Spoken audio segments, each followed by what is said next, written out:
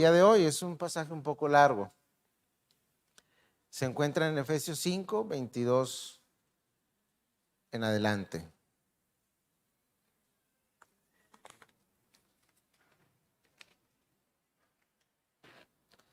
Dice así: las mujeres estén sometidas a sus propios maridos como al Señor, porque el marido es cabeza de la mujer, así como Cristo es cabeza de la iglesia, siendo él mismo el Salvador del cuerpo. Pero así como la iglesia está sujeta a Cristo, también las mujeres deben estarlo a sus maridos en todo. Maridos, amad a vuestras mujeres, así como Cristo amó a la iglesia y se dio a sí mismo por ella, para santificarla, habiéndola purificado por el lavamiento del agua por la palabra, a fin de presentársela a sí mismo una iglesia en toda su gloria, sin que tenga mancha ni arruga ni cosa semejante, sino que fuera santa e inmaculada. Así también deben amar los maridos a sus mujeres, como a sus propios cuerpos. El que ama a su mujer a sí mismo se ama, porque nadie jamás aborreció su propio cuerpo, sino que lo sustenta y lo cuida, así como también Cristo a la iglesia, porque somos miembros de su cuerpo. Por esto, el hombre dejará a su padre y a su madre, y se unirá a su mujer, y los dos serán una sola carne. Grande es este misterio, pero hablo con referencia a Cristo y a la iglesia. En todo caso, cada uno de vosotros ame también a su mujer como a sí mismo, y que la mujer respete a su marido. Bien, vamos a enfocar el mensaje en este párrafo que acabo de leer. Si ustedes recuerdan, cuando iniciamos el estudio de los matrimonios, que lo suspendimos por la pandemia, inicié yo comentándoles que yo nunca había predicado sobre el matrimonio, hasta que empezamos a ver este material de Fortaleciendo el Matrimonio, que nos quedamos que era una lección 4 y que es urgente que la retomemos. Y ahora me encuentro con este pasaje y al venir por toda la epístola lo tengo que predicar, pero le doy gracias a Dios que así sea, que una vez que hayamos avanzado por todo el concepto de la epístola, entonces lleguemos a este pasaje. Porque este pasaje no está desconectado de todo lo que hemos hablado en relación con la carta, con la epístola del apóstol. Esta epístola que hemos venido estudiando tiene fundamentos muy profundos acerca de la iglesia, su naturaleza, su ministerio y lo que Dios quiere que una iglesia represente. La carta comienza diciendo que escribiendo a los santos en Cristo que están en Éfeso, ¿sí? Les está escribiendo un grupo de personas que están en Cristo y en cierto lugar.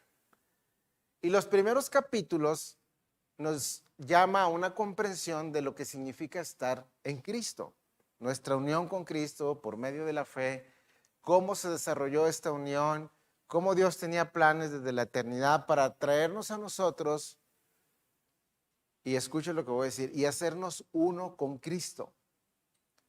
Ahora somos nosotros uno con Cristo, donde somos el cuerpo y Él es la cabeza. Efesios 1:22 dice que Dios ha puesto a Cristo por cabeza de la iglesia y se usa una metáfora para decir que nosotros entonces somos el cuerpo de Cristo. Todos los creyentes pertenecemos al cuerpo de Cristo, donde Él es quien es nuestra autoridad y nuestro Señor y dirige la forma en la que nosotros debemos de vivir, caminar y andar. Es decir, este pasaje está en unidad con todo el concepto de la epístola. Y qué bueno que nos encontramos ahora así, entendiendo parte de toda la carta, para poder valorar la enseñanza en relación con toda la carta, todo lo que viene diciendo el apóstol en ella. El versículo 21 es como una transición de lo que todo el capítulo, a partir del capítulo 5.1, nos ha dicho. Es decir, el versículo 21 nos une al 5.22. Se nos ha dicho que se espera que la iglesia imite a su Padre. Somos hijos de nuestro Padre, el Padre de nuestro Señor Jesucristo, y se nos ha pedido que seamos imitadores de Dios como hijos amados. Y se nos pide que andemos en amor, que andemos en luz y que andemos en sabiduría. Y todo esto solamente es posible cuando la iglesia o el creyente está lleno del Espíritu de Dios. Está siendo guiado y controlado por el Espíritu de Dios.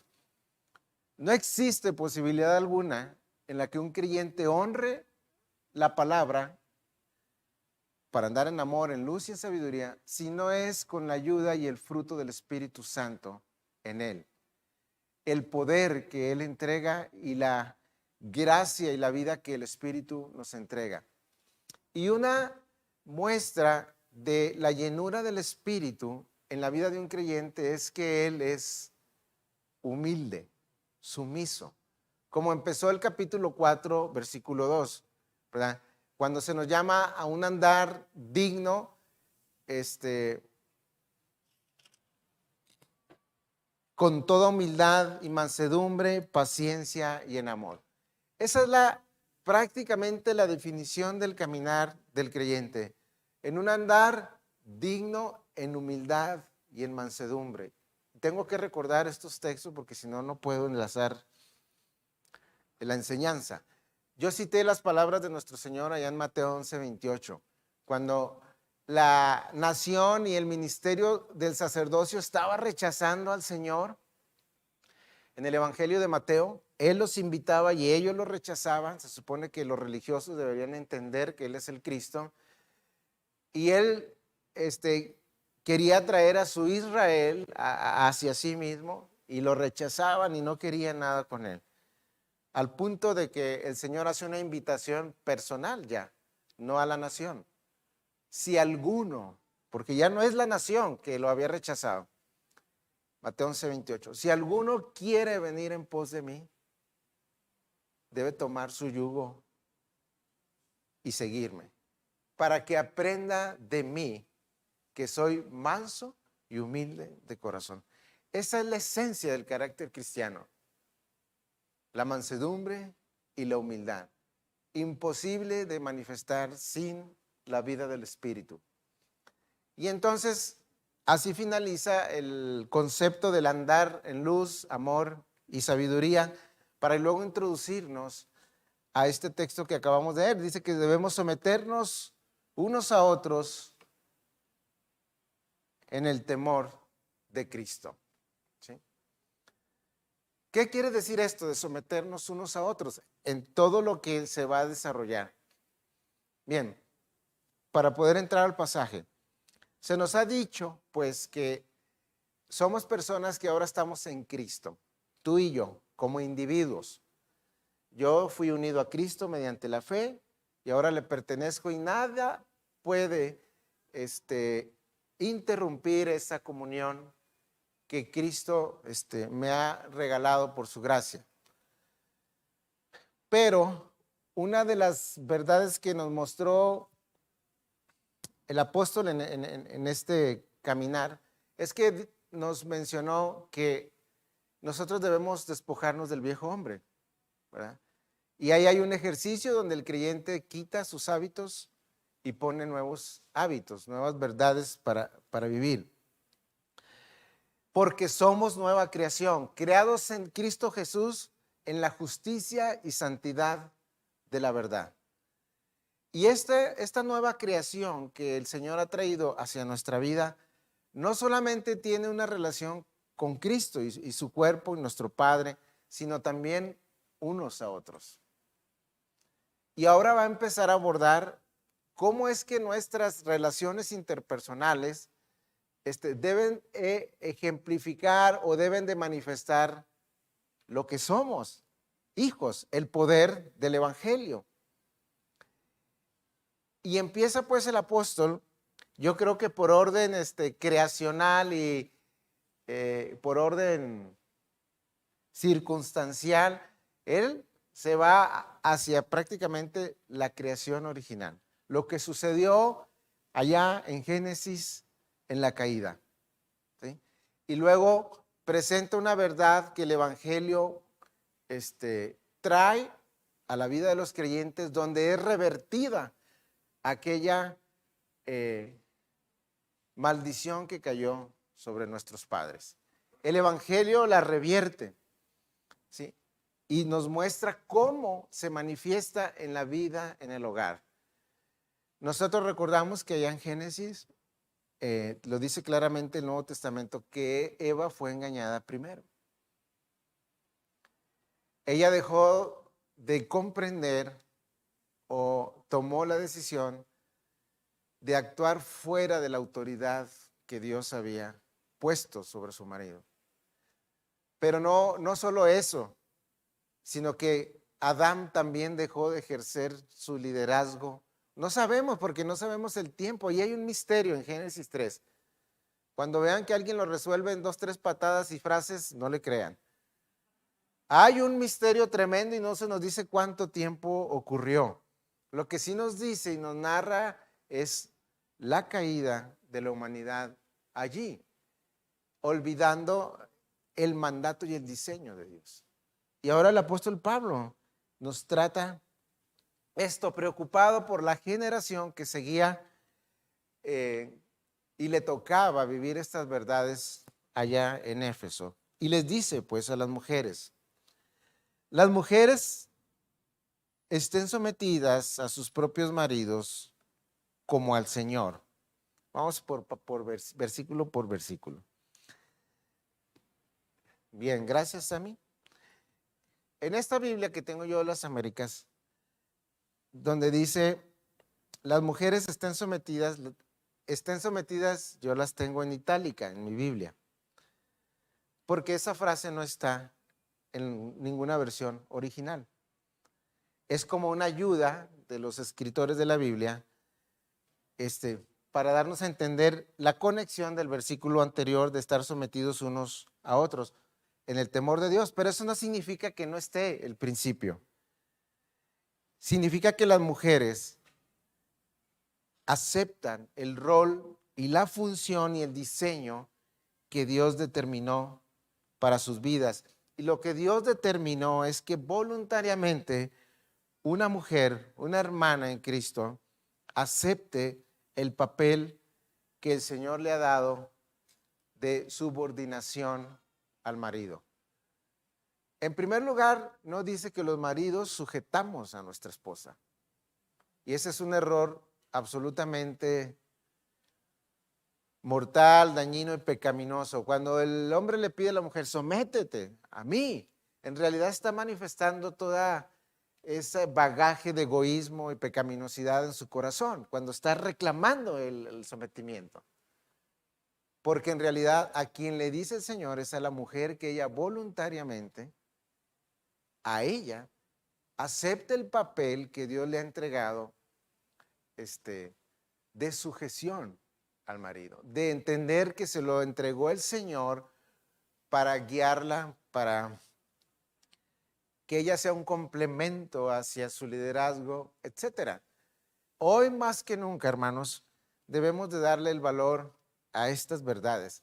Estuve el viernes en la reunión con un candidato un político. Éramos 30 personas, se supone líderes de iglesias y movimientos, y a nosotros nos invitan como una rama de una iglesia bíblica, reformada. A nosotros, a Torreón Jardín, como que representamos iglesias con ese carácter. Pero no solamente estábamos nosotros, estaban otros que representan a la línea de hermanos carismáticos, pentecostal, bautistas, y ahí habíamos pues de todo. Muy dinámico el el político, muy estadista, y lo que él decía es que hay un caos en el tejido social. Y sí, me convenció en algunas propuestas que tenía, en el sentido de que son de sentido común y cualquier persona con una moral mediana las puede ver. Y él decía que necesitaba la ayuda de la iglesia evangélica y todo eso. Y él insistió tanto en que necesitamos, y que él va a hacer, si llega a tener el cargo, escuela para padres. Entonces, por la gracia de Dios, prácticamente él estaba hablando y yo estaba aquí. A mí me pidieron orar para iniciar, etcétera. Y yo le dije que yo me comprometía en esa área a hacer lo que estuviera de parte de la iglesia. Pero ¿saben qué, hermanos? Más que escuela para padres, la sociedad de la iglesia necesita escuela de matrimonios. Antes que los hijos, el matrimonio debe estar bien para poder modelar de forma correcta, porque hay un poder y una representación del evangelio cuando la mujer acepta esta verdad de que Dios le dio al varón, a su propio marido, como el director del hogar, y lo acepta de corazón y está allí para ayudarlo, tomando su función y su papel con alegría, está modelando para los hijos. Vamos a decir, desde ahí empieza la transmisión de los valores y el poder del evangelio. Una mujer que acepta que tiene una función y un rol.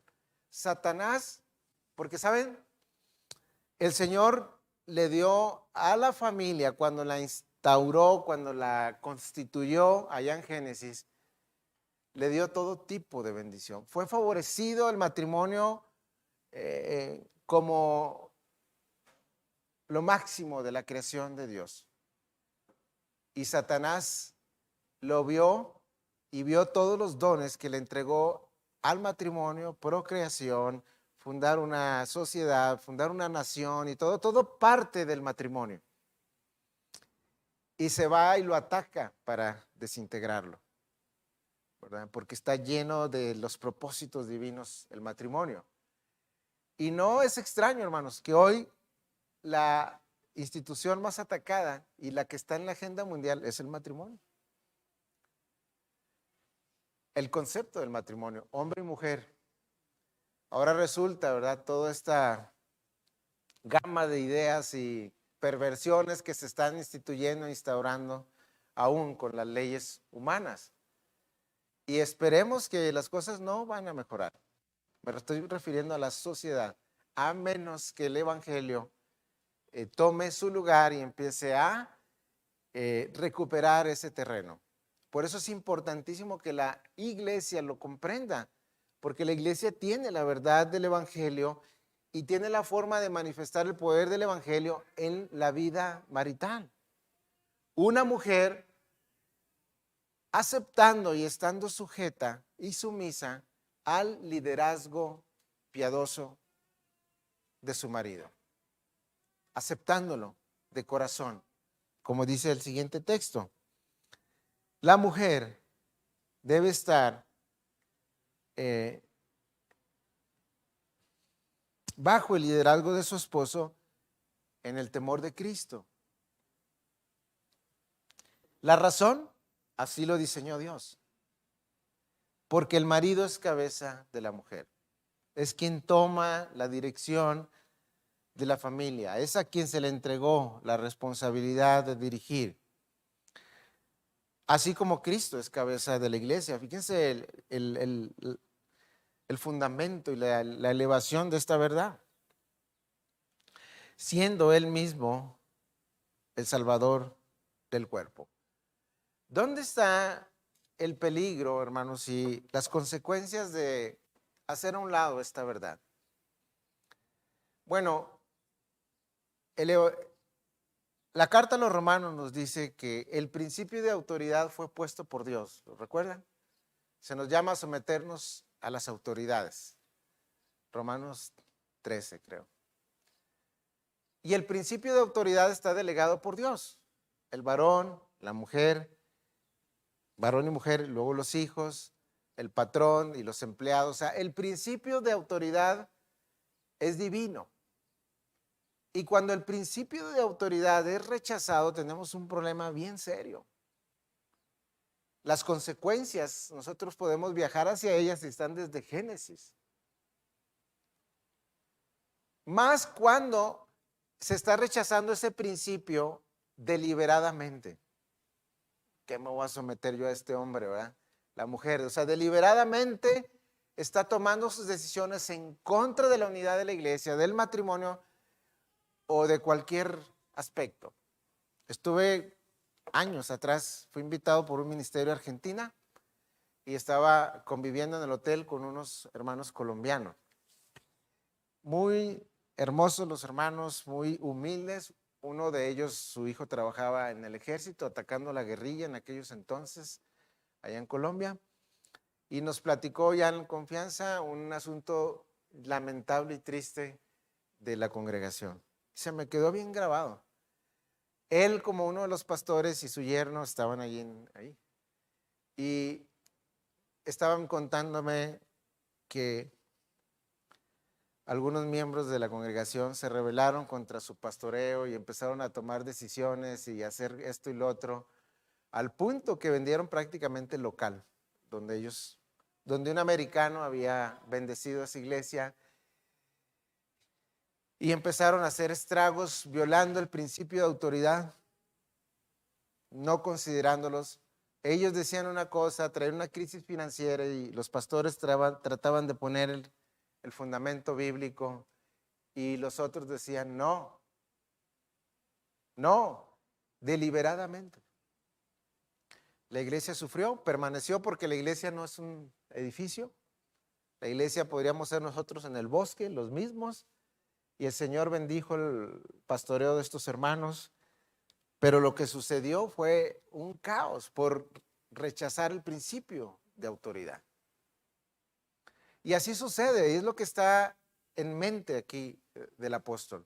Y llama a la mujer que ha sido bendecida con un nuevo corazón, con una nueva creación, a que acepte que el Señor le ha provisto un compañero, un esposo, para que la dirija y que ella en unidad con él van a modelar un hogar cristiano donde Cristo es el Señor, donde están manifestando a la siguiente generación, los hijos que estén, el modelo bíblico que toma aquí el apóstol, pero en el fondo esto es un misterio, hermanos. O sea, hay una profundidad que toma el apóstol para relacionar esta verdad. Así como Cristo, ¿verdad?, es cabeza de la iglesia y la mujer debe hacer, la iglesia, nosotros toda la iglesia aceptamos que Cristo es Señor, ¿no? A veces, ¿verdad? O sea, Él es mi Señor. Eso proclamamos cuando menos en los cantos. Yo soy su cuerpo y Él es mi Señor. Y Dios me lo puso para dirigirme y para bendecirme y para cuidarme, para sustentarme, más todavía, preservarme y salvarme. Ahora, el apóstol compara esto y dice, pues, que la mujer, para manifestar un andar digno, que empieza en el capítulo 4, las esposas, para manifestar la gracia del evangelio, deben caminar en un andar digno, aceptando el papel de sumisión que Dios diseñó para el matrimonio. Parece esto como una carga, ¿verdad?, pesada para el género femenino, pero no es así. La carga en realidad está sobre el hombre, como lo veremos. Entonces, las mujeres estén sometidas por su propia voluntad y convicción al liderazgo que el marido tiene sobre ellas. Y esto lo dijo el Señor, como al Señor. Como cuando inicia el apóstol, yo preso en el Señor, y cita que es un mandamiento del Señor. La razón, bueno, es un orden de creación. El marido es cabeza de la mujer y fue creado para dirigir. Así fue el diseño de Dios. Así como Cristo es cabeza de la iglesia, siendo Él el mismo el Salvador del cuerpo. Pero así, versículo 24, como la iglesia está sujeta a Cristo, también las mujeres deben estarlo a sus maridos en todo. Es claro que en todo lo que no contravenga a la ley de Dios y al espíritu de lo que es el Evangelio. ¿Recuerdan aquel caso de Hechos capítulo 5 de Ananías y Zafira? Sí, más o menos lo recuerdan. Ahí está un hombre, si quisiéramos parafrasear, aquí está un matrimonio. Hay un avivamiento, el Señor empieza a mover corazones y se muestra por la llenura del Espíritu la generosidad en unos matrimonios que venden sus bienes y sus propiedades y lo traen a los pies de los apóstoles. Y luego un matrimonio, pues no podemos quedarnos atrás, vamos a ver qué vendemos y que seamos tomados por ahí en cuenta por los apóstoles. Y convienen los dos en hacer aquello. Y primero el marido cae muerto y enseguida también la esposa. O sea, en esos sentidos no está obligada la mujer a estar dirigida por el hombre cuando contraviene a lo que es el principio de la ley y a la piedad. Ahí no, ¿verdad? Pero cuando dicen todo estaba apuntando a una aceptación de la función que una mujer tiene en el matrimonio.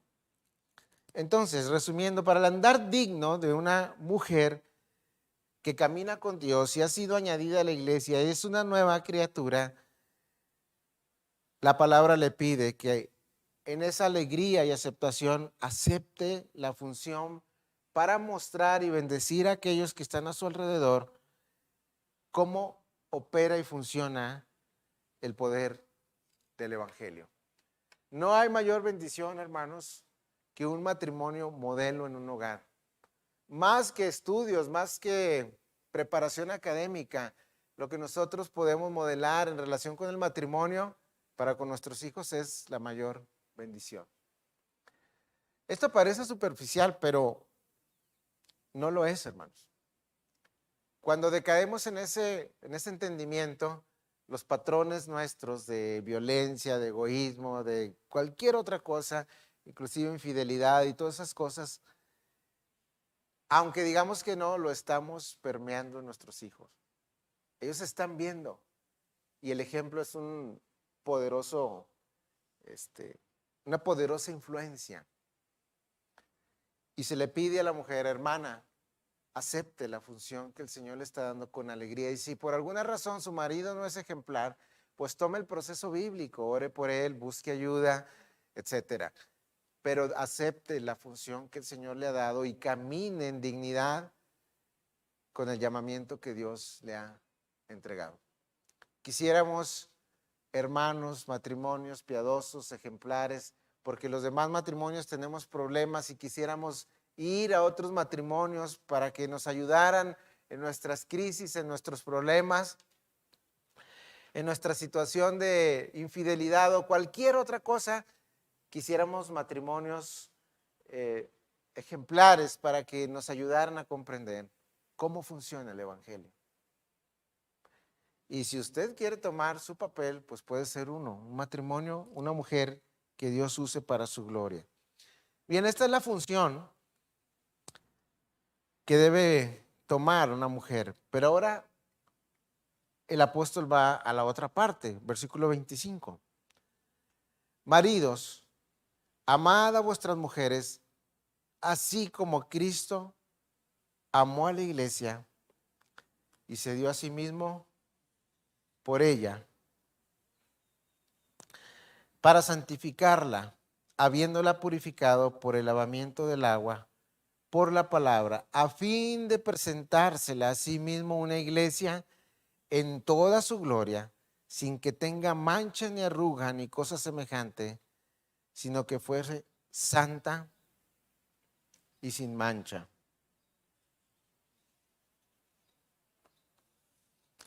Quisiera que me acompañaran a buscar Génesis 3:17 antes de seguir con el concepto del hombre.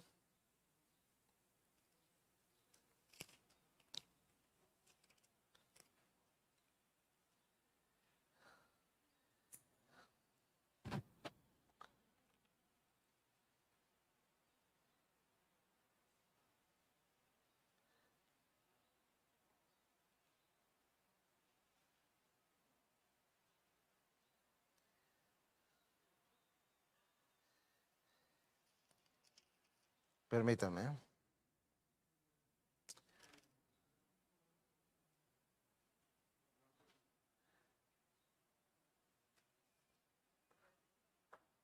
3:14, pero estoy buscando una frase. Ah, es 16. ¿Sí lo tienen? 3:16. Ha ocurrido aquí ya la caída, ¿verdad? Un hecho de consecuencias globales que afectan a toda la humanidad. Y el Señor se acerca a la mujer y le dice lo que sucederá por la desobediencia deliberada que ella asumió. Y le dice, ¿verdad? Lo que sucederá. Yo en gran manera multiplicaré tu dolor en el parto. Con dolor darás a luz a los hijos. Con todo, tu deseo será para tu marido y él tendrá dominio sobre ti. ¿Lo estamos viendo?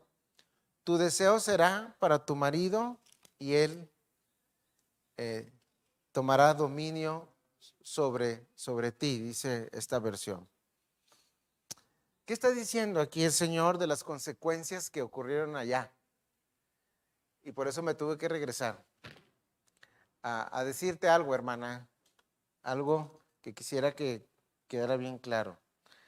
Lo que el Señor está diciendo es que el deseo intrínseco de la mujer de no someterse sería un hábito de por vida.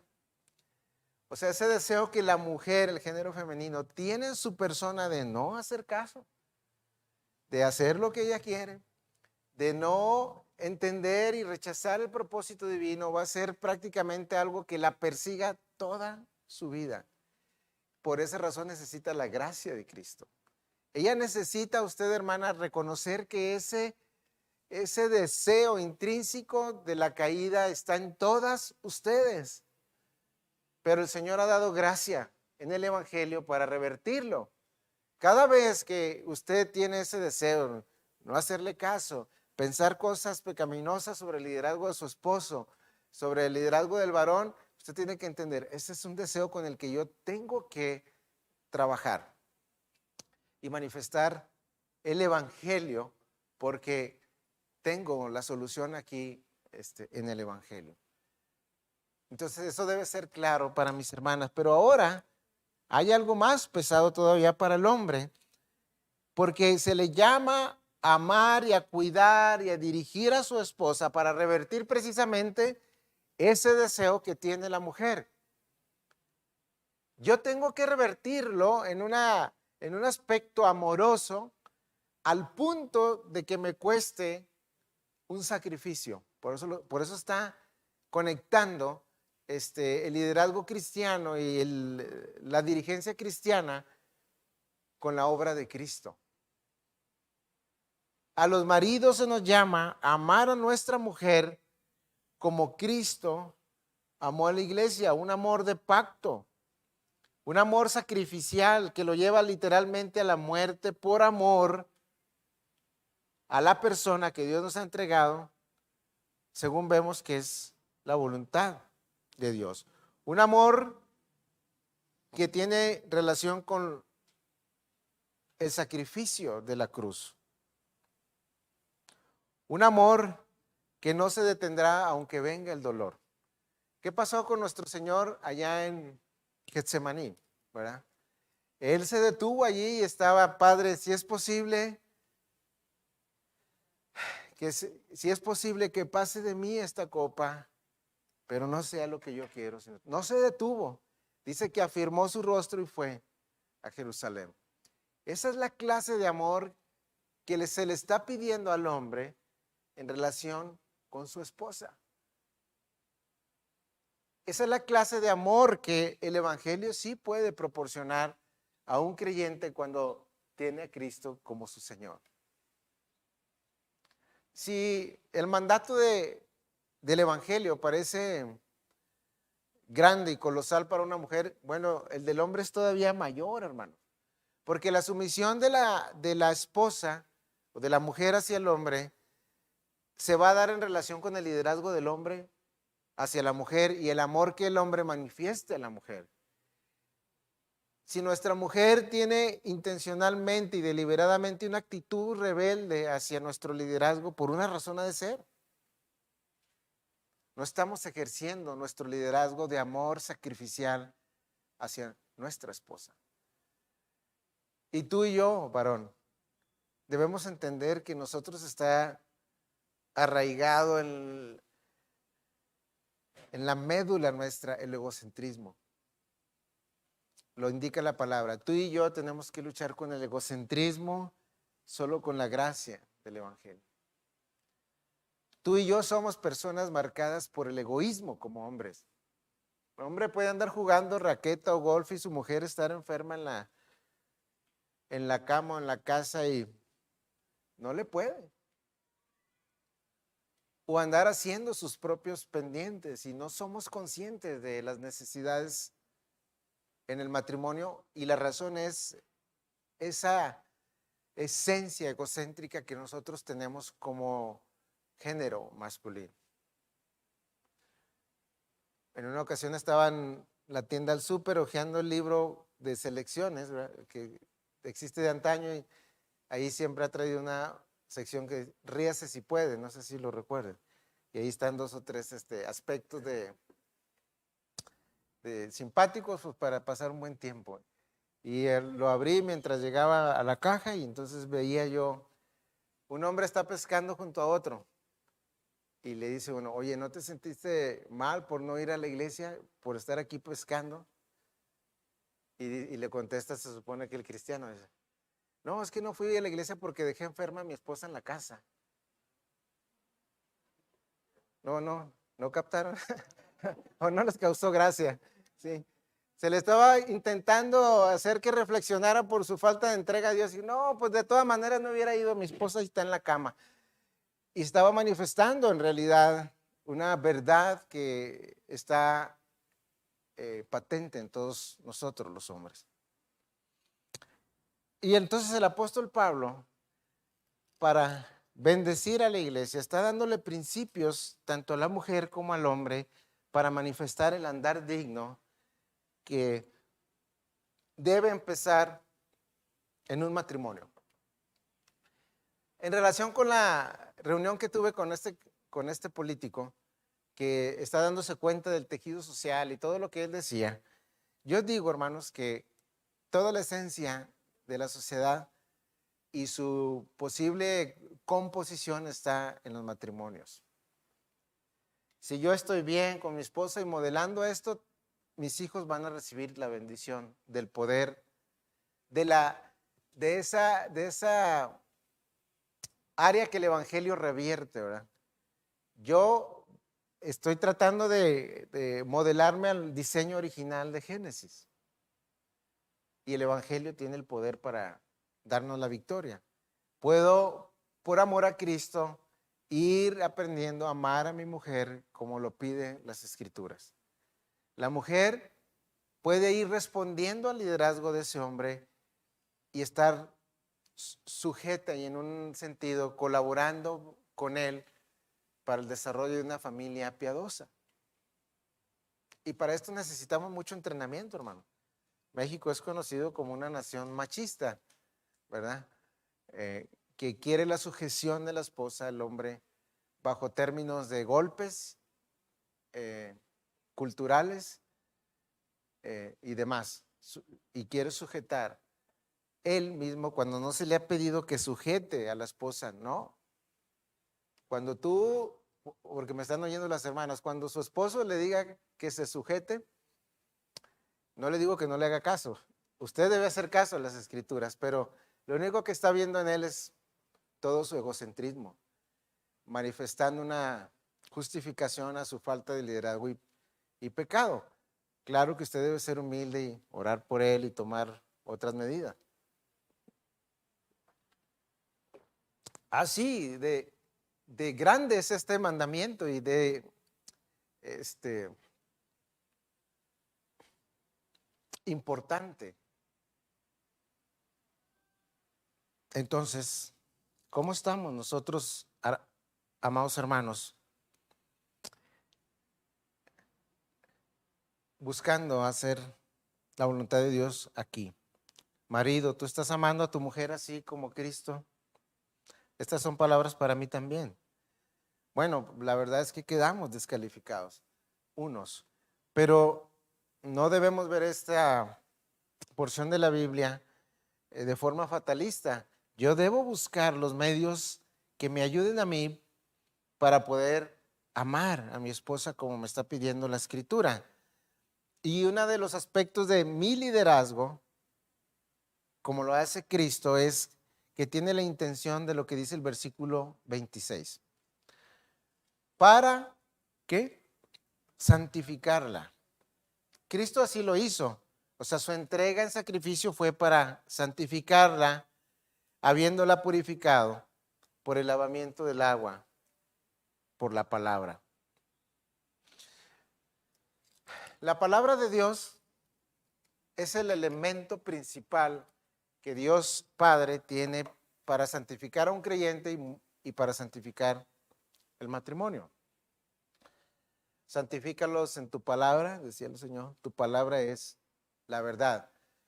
Nosotros, Dios convirtió nuestro corazón con la predicación de la palabra, ¿no?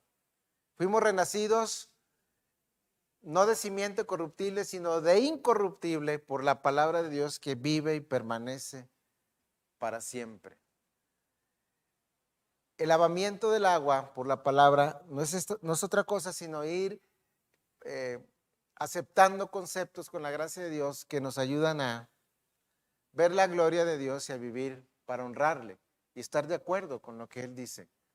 Y el Señor entregó su palabra a su pueblo precisamente para santificar a su esposa, para limpiarla, para presentarla cuando llegue al cielo como una novia sin manchas, sin arrugas, sin cosas semejantes. Entonces, cuando un hombre falla en esa labor de traer a su esposa la palabra, pues yo pienso que no tiene ninguna oportunidad de santificarla, de perfeccionarla. Se quiere quedar en casa, anda en otros lugares, no le importa, no le da prioridad, le quita el valor a lo que la propia palabra de Dios dice, no está con ella y junto a ella, porque el elemento que Dios nos dio para que el matrimonio pudiera ser reformado es la palabra.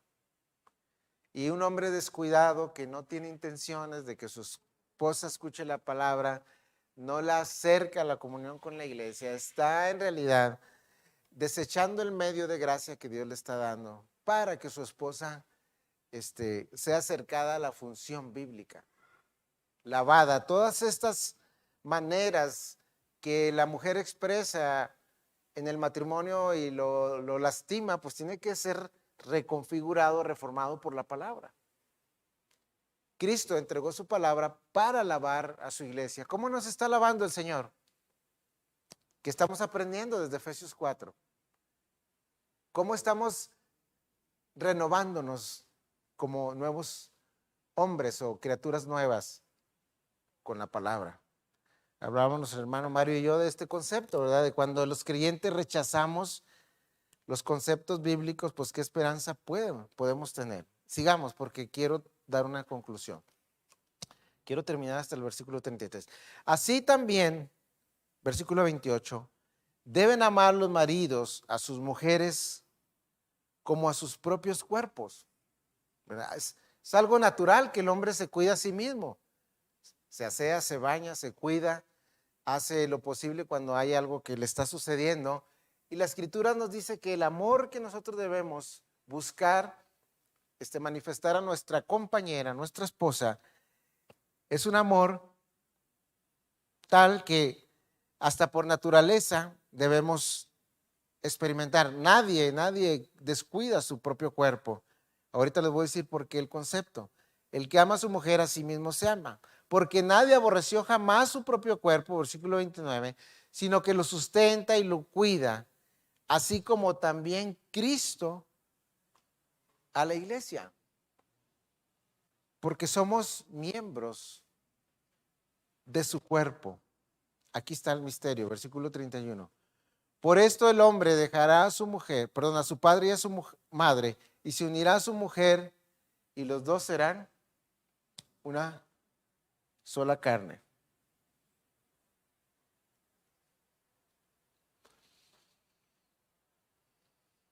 ¿Nosotros somos uno con Cristo, hermanos? Pregunto, según lo que hemos visto en Efesios. ¿Sí? ¿Somos uno en Cristo? Bueno, el matrimonio es una representación de lo que es la iglesia y Cristo. Cuando dos personas se unen en matrimonio, aquí está el misterio que se acerca a lo que refleja la iglesia y Cristo. Nos hacemos uno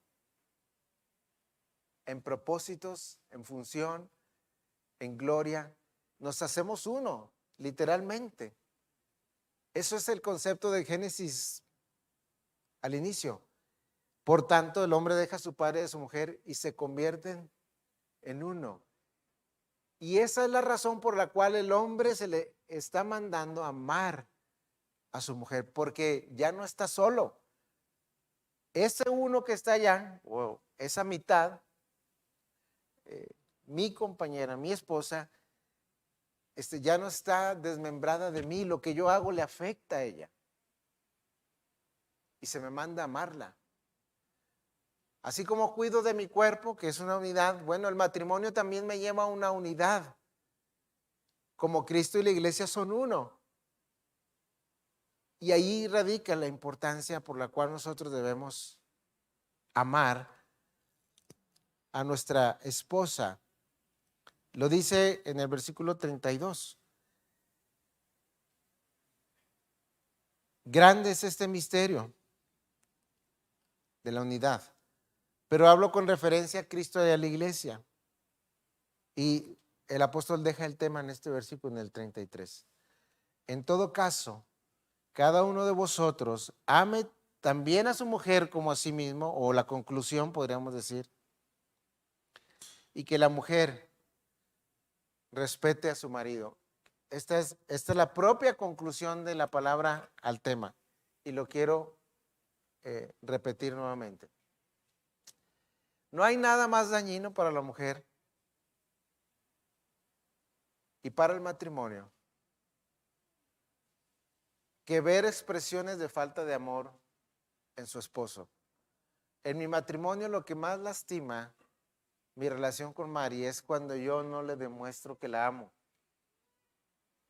En ciertas actitudes o actos o eventos, yo puedo tomar decisiones que le están mostrando a ella que no la amo, y eso lastima profundamente.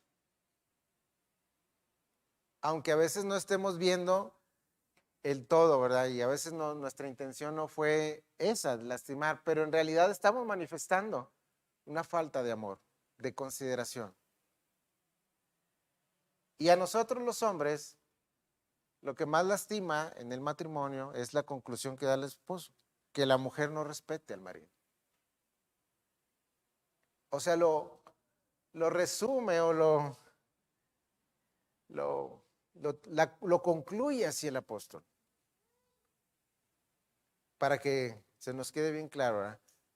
Esas faltas de expresiones de amor y de arrepentimiento en el matrimonio son un lastre en nuestras relaciones.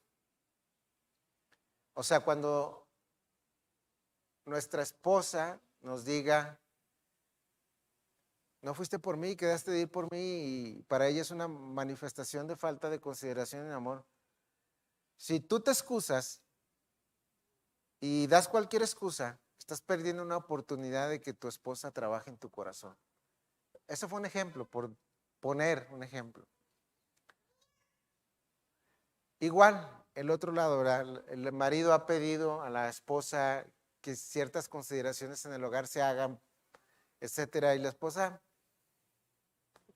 como dicen coloquialmente, le vale un calcetín, no respeta, no le importa lo que dijo él, se lo dijo 10 veces y no le interesa.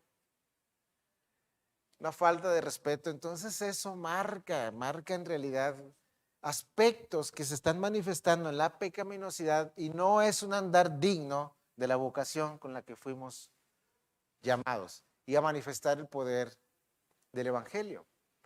Y necesitamos la gracia de Dios. Necesitamos arrepentirnos y necesitamos reconsiderar nuestro andar. ¿Quiere reflejar la gloria del Evangelio? Pues aquí están las oportunidades. Ahora, dice uno de los comentarios que consulto, dice que el matrimonio hace existir una nueva unidad para los jóvenes que están aquí. Antes es Martita y Juanito, uno y uno. Pero luego Dios les permite entrar en matrimonio. Ahora se da una nueva unidad. Ya no son, ¿recuerdan qué decimos cuando estamos en un matrimonio? Llegan separados y luego ahora les presentamos a la familia, el matrimonio Pérez García. Ya son uno. O sea, existe ahora una nueva realidad, así como Cristo y la iglesia está manifestando ahí un principio muy poderoso. Así como el nuevo nacimiento y nuestra unión con Cristo, ahora estamos en Él. Y tenemos la oportunidad de revelar la gracia y el poder del Evangelio cuando en devoción aceptamos estos principios o le pedimos a Dios que vivifique estos principios en nosotros. Y yo creo que el apóstol, inspirado por el Espíritu, fue tan preciso, hermano, porque ahí comienza todo. En el papá y la mamá, en el matrimonio. Ahí comienza el ministerio cristiano. De ahí se empieza a desarrollar, luego va a entrar a los hijos y a los patrones, pero la esencia de la manifestación del poder del Evangelio y ese revertir la situación caída del hombre empieza en el matrimonio. Y hemos de modelar por la gracia de Dios y con la ayuda de Dios estos principios que están aquí. Quisiera dar una aplicación para mis hermanas jóvenes que están aquí. Sammy, ¿pudiste escribir, hijo, lo que te dije? Bueno, yo lo leo aquí, pero ustedes lo van a ver allá. Quiero concluir con el libro del hermano Sinclair Ferguson. Denme un segundo, pero lo pueden ir viendo mis hermanas jóvenes. El hermano concluye de esta forma el capítulo que corresponde a lo que acabamos de leer, el capítulo de su libro. Y dice, y que escribe esto para las hermanas jóvenes. Dice, aquí tenemos el consejo para el matrimonio que podemos leer en cuestión de minutos. Pero es necesaria toda una vida de fidelidad y amor para practicarlo.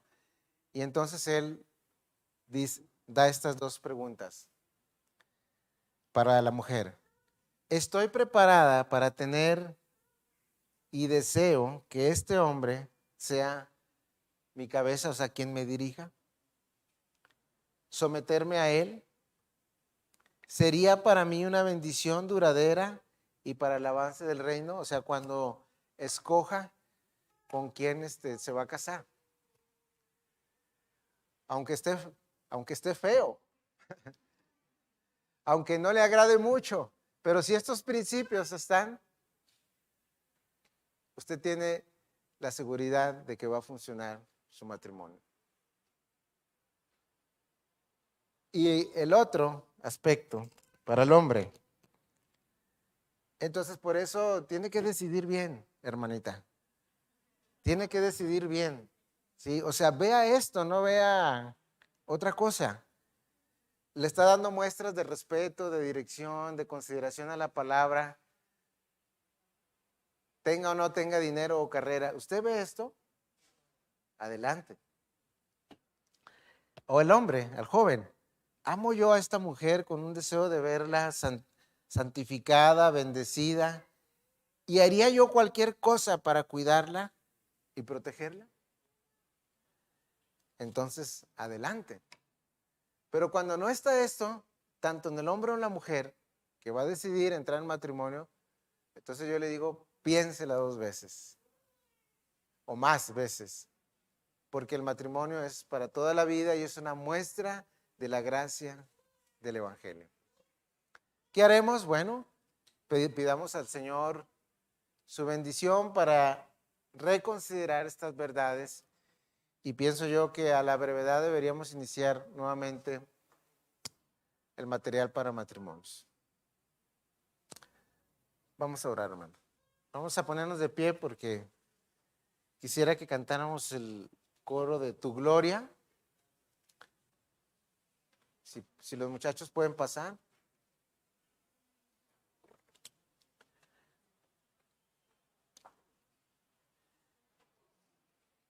Aún con mis luchas y pruebas,